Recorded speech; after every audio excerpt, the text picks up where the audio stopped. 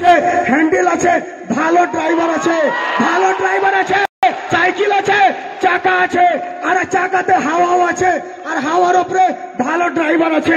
আকিল সাহেবের মতন যোগ্য লোক আছে। আগে বিগত 5 বছর আগেকার কামের কোনো হিসাব দিলে না। কিসের হিসাব দিলে? এনআরসির হিসাব দিলে।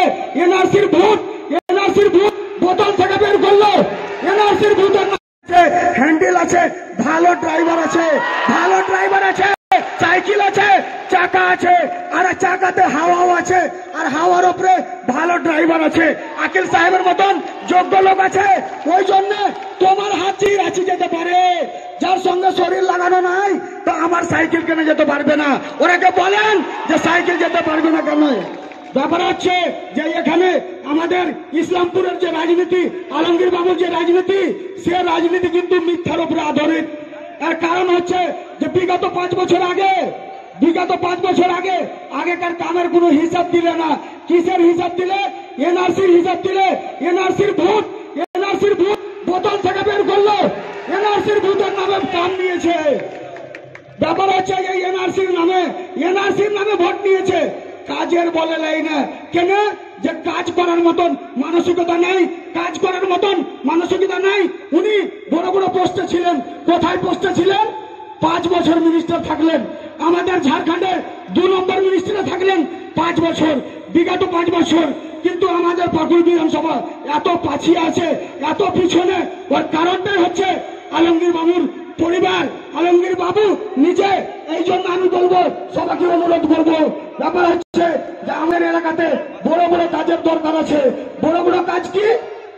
আমাদের বাল বাচ্চা পড়তে পারি না, সরকারি স্কুলে মিড ডে মিল খাই আর বাড়ি থেকে ঘুরে আসে।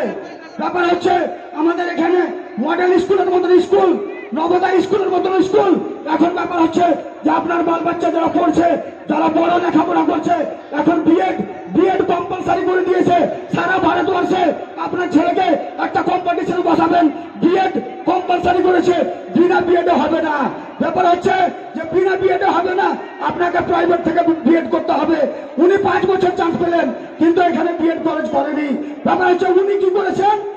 ক্যাডার তৈরি করেছেন। প্রত্যেক গ্রামে ক্যাডার তৈরি করেছেন। 2 জন, 5 জন, 4 জন, 10 জন। এই ক্যাডারে আপনাকে ভুলাচ্ছে। ক্যাডার কাজ করছে, ক্যাডারের লাভ হচ্ছে। আমাদের মা ছেলেরা, আমাদের এলাকাতে যেগুলো লোক দেখেন, ব্যাপার হচ্ছে যে সময় খুবই অল্প। মানে এখানে বড় প্রোগ্রাম হচ্ছে, সময় খুবই অল্প। ওই জন্য আপনাকে আমি বলবো, অনুরোধ করবো যে আকিল সাহেবকে আপনি জিতান।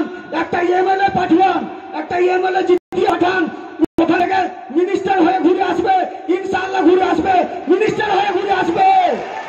নিশাত আলমকে কিন্তু আপনি এমএলএ পাঠাবেন, এমএলএ থাকবে কেন? যে ওদের গায়ে অনেক দাগ। উনার মিনিস্টার হওয়ার 1% চান্স নাই। কিন্তু আকিল আক্তারকে যদি আপনি পাঠান, 99% চান্স আছে যে ইনশাআল্লাহ মিনিস্টার হয়ে ঘুরে আসবে।